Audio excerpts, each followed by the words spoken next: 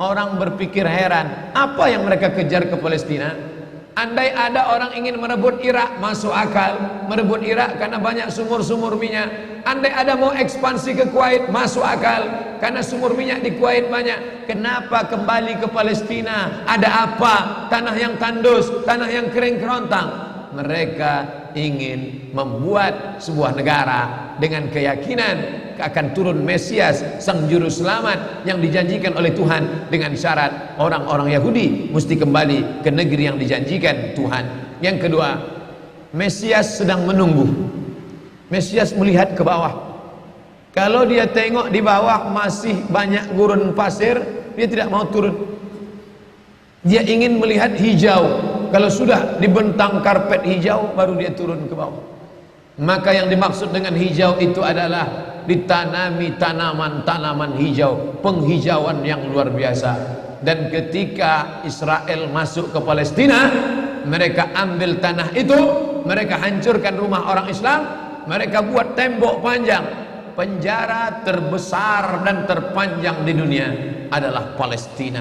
Mereka kurung orang Palestina. Mereka buat tembok beton yang tinggi, panjangnya 700 km lebih.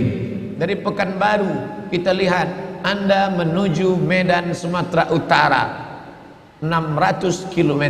Mereka membuat tembok tinggi 700 km. Bayangkan, umat Islam terisolir dan mereka tanami hijau-hijau. Makanya Allah berkuasa. Allah mau tunjukkan kuasa, lalu Allah buat tanaman hijau itu menyala. Dalam pokok yang hijau itu menyala beberapa bulan yang lalu. Heran orang, Allah mau menunjukkan kekuasaannya. Kalian tidak mau tolong Palestina, aku yang akan menolongnya. Tanaman yang hijau yang mereka tanam itu tiba-tiba terbakar. Tidak ada yang bisa mematikannya. Sampai-sampai reporter wartawan Amerika mengatakan, tidak ada yang bisa mematikan kebakaran ini kecuali Tuhan, karena Dia yang membakarnya. Mengerti keadaan kita zaman sekarang. Jangan sampai dikatakan Palestina bukan urusan kita. Ini kan masalah politik. Indonesia ya Indonesia, Palestina ya Palestina. Antum tidak mengerti masalah dunia. Palestina adalah masalah umat Islam. Subhanalladzi asra bi'abdihi. Maha suci Allah yang sudah memperjalankan hambanya minal masjidil haram, dari masjidil haram, ilal masjidil aqsa, masjidil aqsa, masjidil aqsa Palestina.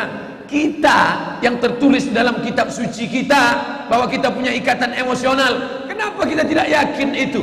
Yahudi ajarannya dibuat-buat, ajarannya mitos, tapi mereka punya keyakinan yang luar biasa. Mereka rebut negeri itu, mereka kuasai, mereka hancurkan negeri musuh. Atas dasar apa?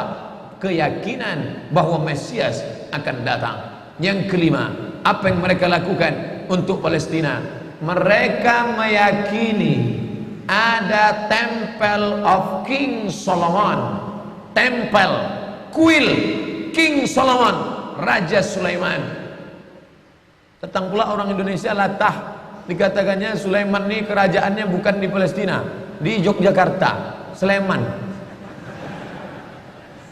Kata dia, King Solomon itu punya tempel kuil, dan Temple of King Solomon letaknya pas di bawah Al-Masjidil Aqsa.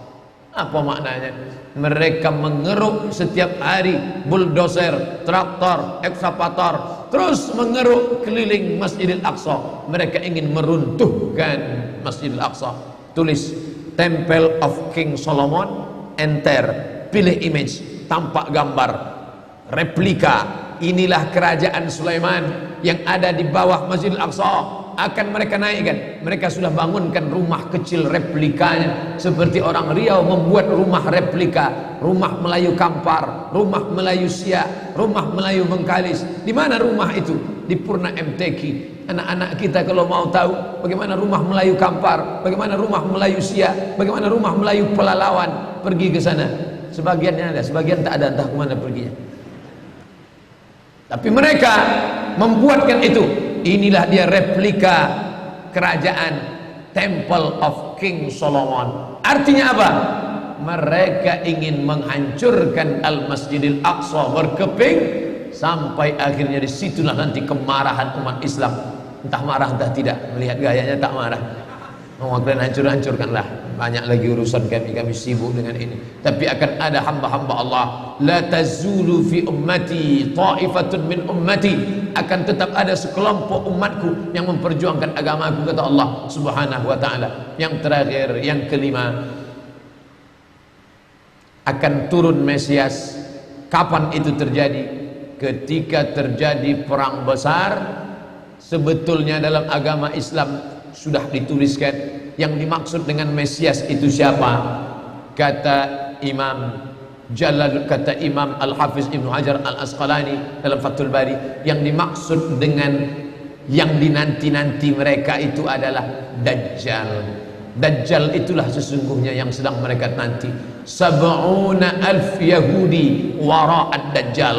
Ada 70.000 Yahudi yang akan berada di belakang Dajjal ketika dia turun nanti. Makanya tiap hari, tiap petang kita berkata, Allahumma inni a'udzubika min adzabi jahannam wa min adzabil qabri wa min fitnatil mahya wal mamat wa min syarri fitnatil masihid Dajjal. Dajjal itulah yang sedang mereka tunggu. Dajjal itulah yang sedang mereka nanti-nantikan. Kita menantikan kedatangan, dia pun juga menantikan akan kedatangannya. Bedanya apa? Mereka meyakininya dengan semangat mereka luar biasa. Mereka bangkit. Umat Islam percaya. Padahal tiap hari dia katakan sebelum salam, Allahumma inni a'udzubika min adzabi jahannam wa min adzabil qabri wa min fitnatil mahya wal mamat wa min syarri fitnatil masihid Dajjal. Tiap hari dikatakan, tiap hari diucapkan. Tapi dalam hati, betul tak Dajjal datang? Entah iya entah tidak. Mereka yakin Dajjal akan datang, tapi mereka katakan itulah pemimpin kami, itulah Tuhan kami, itu adalah jelmaan daripada Tuhan kami, itu yang ada yang menghancurkan dunia, dia akan menjadi panutan kami. Kita berkata itu musuh kami, tapi kita pun ragu entah musuh entah tidak. Oleh sebab itu kita minta ampun kepada Allah atas kurangnya iman kita. Subuh ini kita bangkitkan semangat kita, tapi yang datang kepada, kenapa Allah tidak menolong? Katanya Allah itu maha kuasa. Cukup dia teriakkan saja, malaikatnya satu berteriak, pecah gendang telinga orang Yahudi, mati. Cukup dia tiupkan angin sejuk, terhirup, mati. Kenapa tidak dia matikan saja Yahudi itu? Datang Syekh Muhammad Jibril, Syekh Dr. Muhammad Jibril, Syekh Profesor Dr. Muhammad Jibril, dosen tafsir Al-Azhar. Kami undang, mahasiswa Indonesia mengundang di waktu di Mesir dulu kuliah. Lalu saya tanya, Assalamualaikum Syekh. Ya, kaum Ad binasa, kaum Samud binasa, kaum Midian binasa, kaum Iram binasa, kaum Fir'aun binasa.